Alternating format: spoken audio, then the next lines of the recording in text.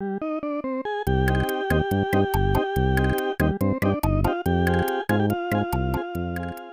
Arlette has officially ripped off the Band-Aid. She's gone full-blown corporate. She has went the full-blown Jubilee route, and she has decided to start copyright claiming all content involving Pop the Balloon. No more reactions, no more videos, no more edits, no more fun, no more anything that involves a balloon in a white background. That's over. Now, I'm wondering if they're going to start coming after all the dusty Pop the Balloon videos where people are literally doing it in their garage or some type of warehouse or in the middle of nowhere or somebody's trailer. There's a lot of different Pop the Balloons, and they're all terrible pretty much outside of Arlette's, which is the biggest shame of it all, because a lot of people really started trying to copy that content.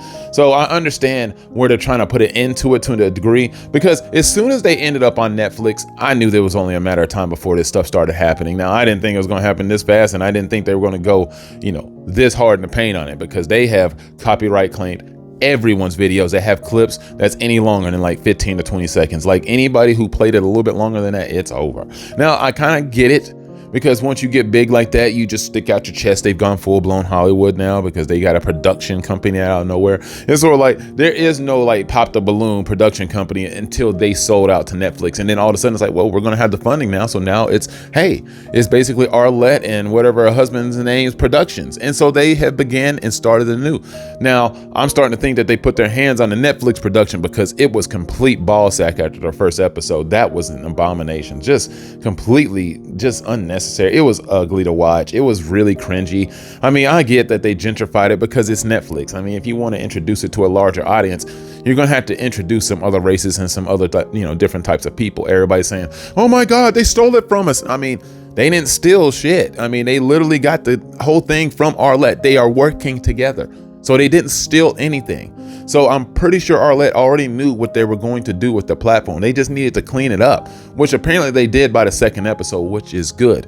Which the craziest thing, random take. I remember MTR really sitting there saying that I doubt they're going to have an all guys panel. Like he really thought they were going to have all Pop the Balloon episodes and not have a guys panel. They're going to balance it out. That man is so jaded when it comes to opinions on men and women. It is just baffling. I mean, to make all those videos, literally his entire channel is still about making fun of chicks. Like it's all about holding women accountable, calling them out, bashing them, dirty 304s. This woman is a dumb bimbo. Look, it's a clean version of Fresh and Fit. That's all it is. All it is still woman bashing, He-Man, woman hating club nonsense. That's all it is. And I don't know how he doesn't see where he has a problem. He should have saw that long list of emails, and I'm talking about it was like pages long, of them saying, hey homie, you have been demonetized from making any of this content. And that should have like rang a bell in his head saying, you know what, maybe I have a slight issue here. Maybe I have a problem. Maybe I should stop making so much Pop the Balloon content. I mean, it's hours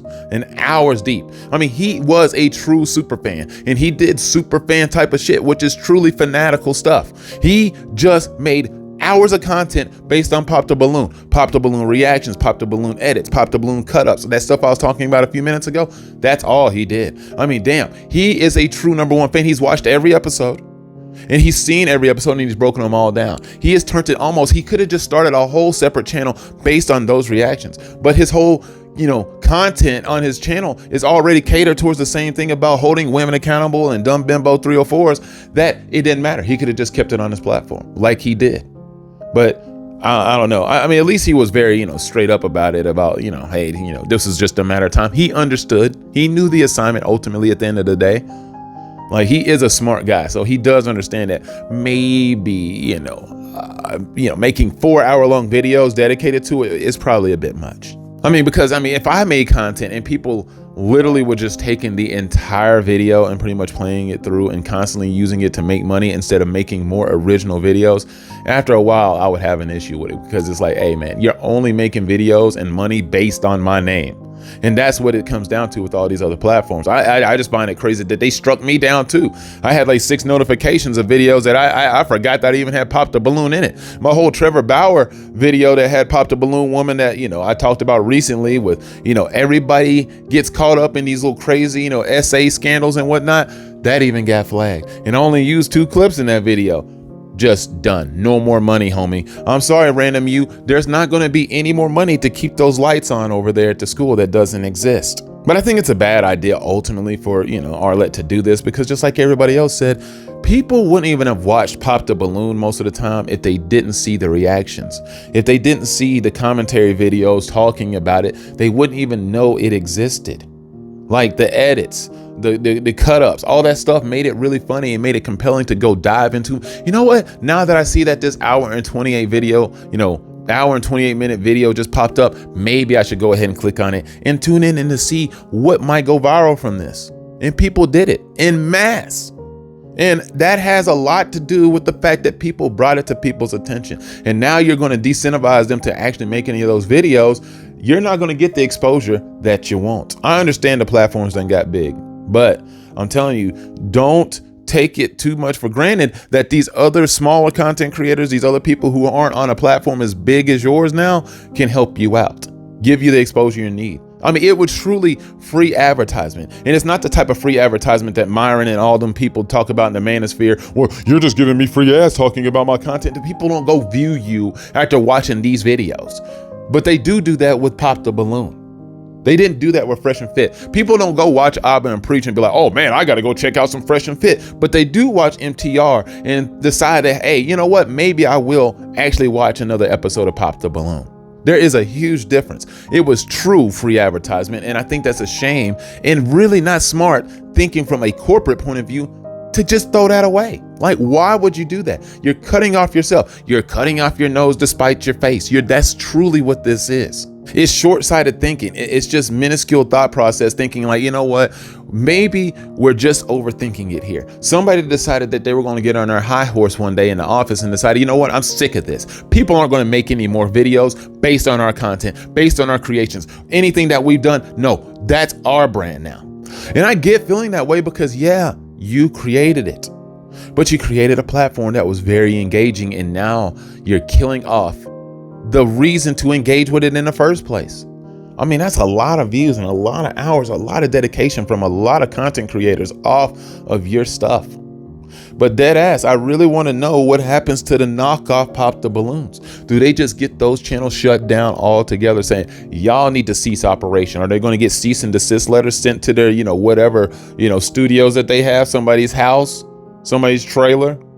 Are they going to get the notice saying y'all need to stop this immediately, or somebody's going to come over here and burn down this garage? People talk about the gentrification of the Netflix show, but that just pales in comparison to the gentrification of what they're doing to their own platform by just simply saying, you know what? We're too big for y'all now. The little man is no longer going to have a piece of this operation. We're only going big. We're only going to be in the neighborhoods that we done tore everything apart and put all the nice homes and convenience stores in. That's what we're doing. We're going to go ahead. The reason we got big is because we went into the small neighborhoods and we exposed ourselves to y'all, and then y'all started sharing it with people, and thus the exposure led to the other bigger neighborhoods and the corporate people, the people with more money on the outside. We're like, hey, this is kind of nice. How about we jump in on that? And since they had more money, they made it big. And now they invested in it, and now they're in the hood creating new homes, knocking down old homes, paying people off to get up out of the neighborhood. So now the new people who are enjoying the platform can really enjoy it without, dealing with the other folks in the area. Now, that was probably a long way to go about that analogy and probably didn't make a whole lot of sense, but that's how it makes sense in my brain. It's just like F-bombs, one of the best people who follows this platform. F-bombs, facts based on my brain. Well, that's kind of how some of my jokes are constructed in my brain. Another shout out to F-bombs for you. But yeah, I just wanted to talk about that today. I just think it's a really short-sighted decision to do this, and I'll leave it in the comments. Please let me know. I mean, this one probably won't get the push. I can't use any of the clips, I'm not even going to risk it, or this video is going to get demonetized, and hell, I'm poor, just like the rest of us out there. We all need money, and I don't want my videos to go and not have a chance to make at least $3. So let me have those $3. But I wonder what MTR is going to do now that he can't just sit around and just make Pop the Balloon reactions every Tuesday.